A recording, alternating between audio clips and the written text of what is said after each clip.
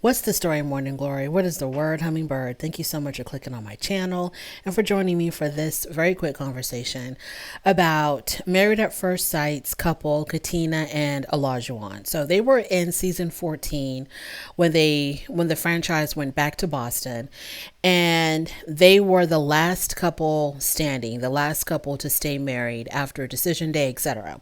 Well, they announced on November the 11th that they are going their separate ways. Either they're filing for or have filed for divorce.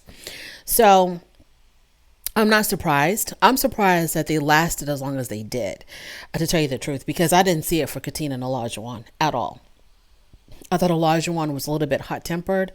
I thought he was very accusatory. I thought he had a really bad temper, or very quick temper. How about that? She was just, I felt like she deserved better. She was always trying to calm him down. She was always his voice of reason because he was always, on the edge about something. And I just felt like, and I don't think he really appreciated her enough. So when they had decided to stay together, I was shocked because I thought that couple would not have stayed together, would not have said yes on decision day. I thought at least one of them would have said no, and I was kind of thinking it would have been Olajuwon. And so when they both said yes on decision day, I really wasn't that thrilled about it. But I was like, oh, well, they obviously know something that I don't know.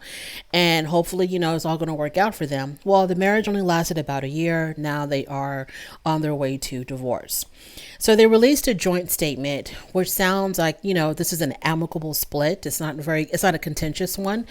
They both stated that after 1 year of marriage and careful thought and consideration, we have decided to part ways. However, this was not an easy decision to make. We leave our marriage with enormous love and respect for each other. We only ask that at this time our privacy is respected. So it sounds like they're parting on good terms. That's what it sounds like. That's what it appears to be.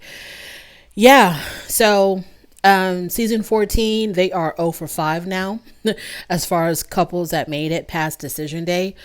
And, it is what it is. Like I said before, I really didn't think that they were a very good match. I thought that aesthetically they looked good together, but I didn't think that personality wise or mentally or emotionally that they were a good match for one another. I remember that one incident where this is an example of Olajuwon and how he was really quick tempered and he was very, very accusatory. It's like when he gets an idea in his head about something, it sticks with it. It sticks with him. And you have to work really, really hard to convince him otherwise.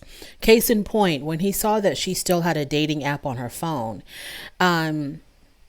he confronted her with that. And then when she tried to explain herself, that look, I still have it. I forgot that it was still there. I haven't deleted it yet, but I'm not using it. That account is dead. It's inactive. I haven't been on that account in forever. So I just forgot to delete it because I don't even think about it. And he was just still very accusatory, alleging that maybe she was still using the dating app, that she really wasn't serious about this marriage. And, he sacrificed so much to be in this marriage with her, but here she is on this dating app. And she kept on trying to explain to him. And this was like a thorn in their relationship, this whole dating app thing. She kept on trying to explain to him how she wasn't using the dating app. And she had to do a lot of explaining instead of him just taking her word for it. I mean, she was doing overtime, triple time, trying to convince him that I'm not on that dating app anymore. And then the whole thing about him needing a wife that cooks and cleans and, has to hold down a job, but then also come home and cater to you. I was like, what the hell are you doing? And he thought by him working was more than enough, and that, or that he was going to help out with a little bit of cleaning. But he expected a hot meal waiting for him every single day. That's nuts. So, and the reason why I say that's nuts, it's because I think couples should do that for one another. If the wife has the chance to make the meal that day or that night, fine. If he gets the chance to do it, fine. I don't think it should be the responsibility of only one partner to be rushing through traffic to get home and cook so that the other one has a hot meal waiting for them. And that's what they have to do every single night. I don't think so. So Yeah, it's over. It's done with. And I think the reason that they stayed as long as they did is because Katina had the patience of Job. She had to have had the patience of Job to deal with Olajuwon because Olajuwon was a lot to handle. He had very archaic views. He was one of those people that he reminded me a little tiny bit of Bilal from 90 Day Fiance.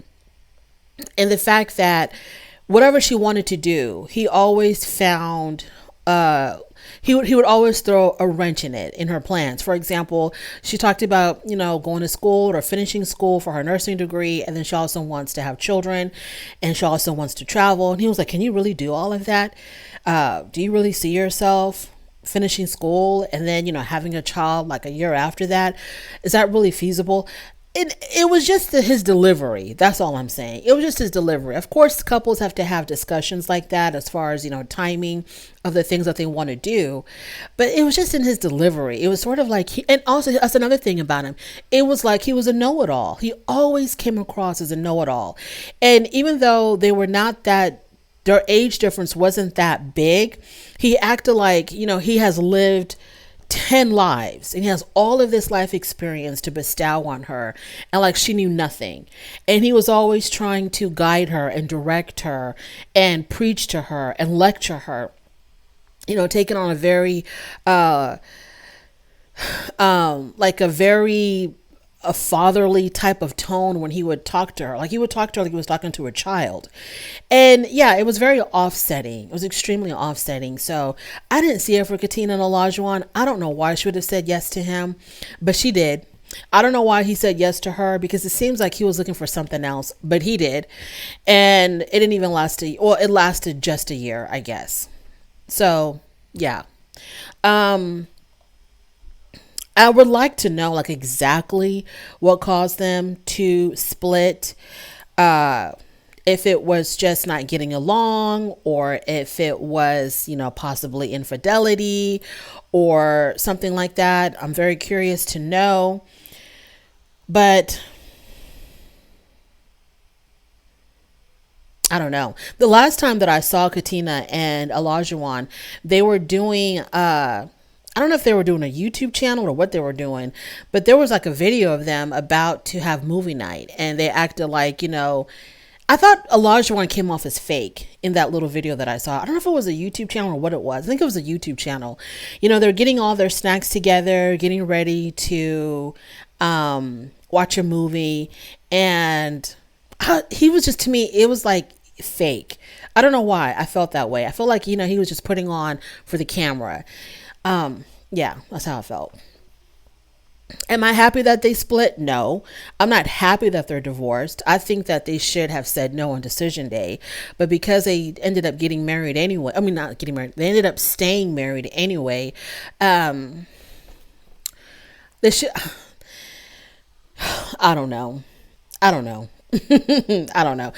They ended up staying married anyways. I'm not happy that they got a divorce. I felt like they should have worked on it a little bit more. I think that Olajuwon really needed some type of counseling, because there was something going on with him. For him to always try to jump to conclusions, him constantly talking to her in a very patronizing tone. I just didn't get it at all. And every single time she took it. She never really pushed back with him or argued back with him. She just took it. And when it got too much, she would just kind of like stay quiet. But she really wasn't like talking back to him or arguing back with him. She just took it. And it was just too much to watch. But at the end of it all, Katina says that it was a good experience, that she believes in the process of married at first sight. She says as long as people are committed to it and they're willing to see it through, then it can be a successful process in finding a mate. Yeah, but Katina, girl, spill the tea, girl. What happened? Tell us. Tell us exactly what happened, even though it's none of our damn business. Inquiring minds want to know exactly what was the breaking point. What was the straw that broke the camel's back? Because I don't think Olajuwon could have changed that much. No, he was so set in his damn ways. I don't think he could have changed that much. And truth be told, I just felt like he probably would have preferred a non-black mate. That's just my personal opinion. Anyway, thank you so much for joining me in this very quick conversation.